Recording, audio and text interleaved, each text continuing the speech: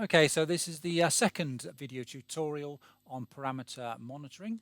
In the first tutorial, we created our project, we imported our object dictionary, we scanned on the CAN bus for our inverter, and then we went online and were able to view our inverter values real time.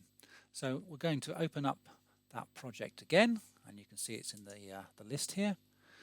And when we open this project, we'll see that we've got a big yellow question mark on the inverter information. This is indicating that the information is cached.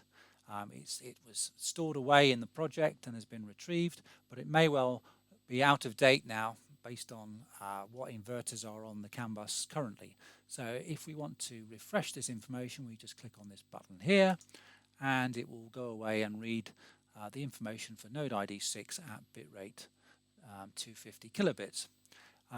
So we can see that it hasn't actually changed. Okay, so we're going to go back online with this project. Down in the bottom left, we're going to select none again and go OK.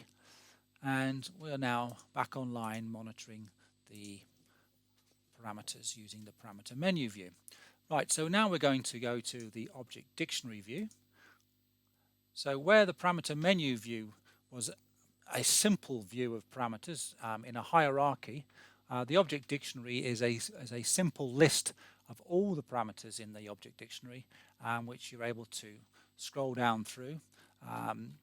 You are able to filter and sort these parameters using the column headings here. So if I select the index, if I click on the index column heading, it will sort it alphabetically from A to Z. If I click again, it will sort it from Z to A, and if I click it one more time, it will remove the sort.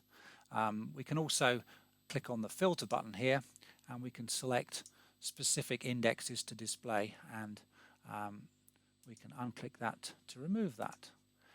So doing the same thing on the index name, we can select a filter, which is simply searching for the text current in the parameter name, and selecting the filter button there, and now we are shown parameters where current is part of the index name, and you can see there's quite a lot of them. Okay, so we're going to remove that filter and clear it like this. So by default, the object dictionary view doesn't actually do any polling. There's no real values shown for the inverter. To enable this, we click on this checkbox at the top here.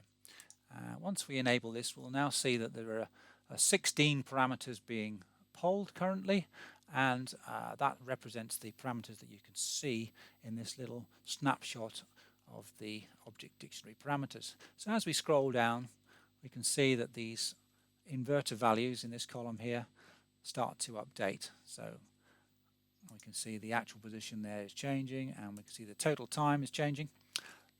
So in the object dictionary view, we've also got this panel at the bottom, and this shows some information about the selected parameter and some information describing the purpose of that particular parameter. We've also got 4 watch windows.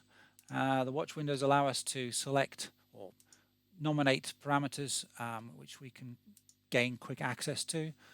We've got 4 of these, so we can use them for different purposes. And once we save the project, they get saved away as well, so next time we open it, we'll see these watch windows with these parameters set.